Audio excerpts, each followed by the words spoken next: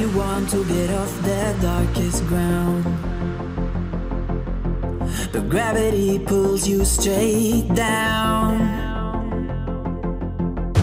Earth from a bird's eye view. You should grow feathers and see this too. When you want to get off the darkest ground, but gravity pulls you straight down.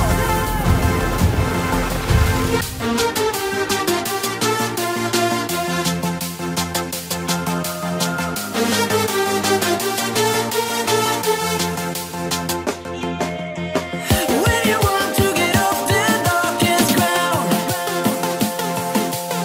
but gravity pulls you straight down.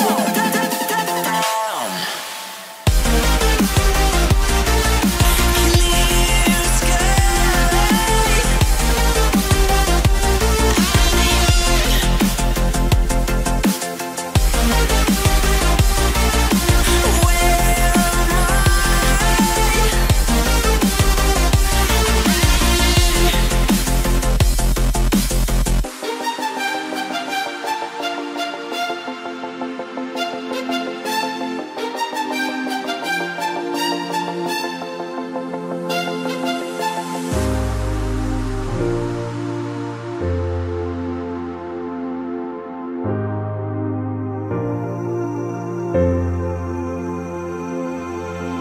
When you want to get off the darkest ground,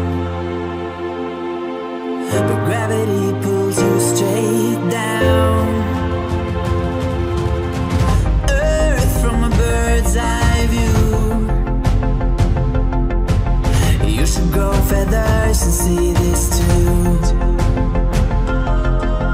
When you want to get off the darkest ground,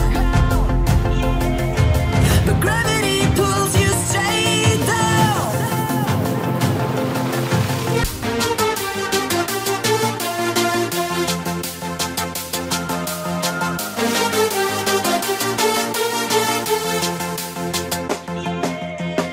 When you want to get off the darkest ground,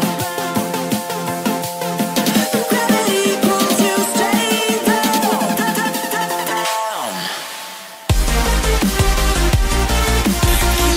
Clear skies.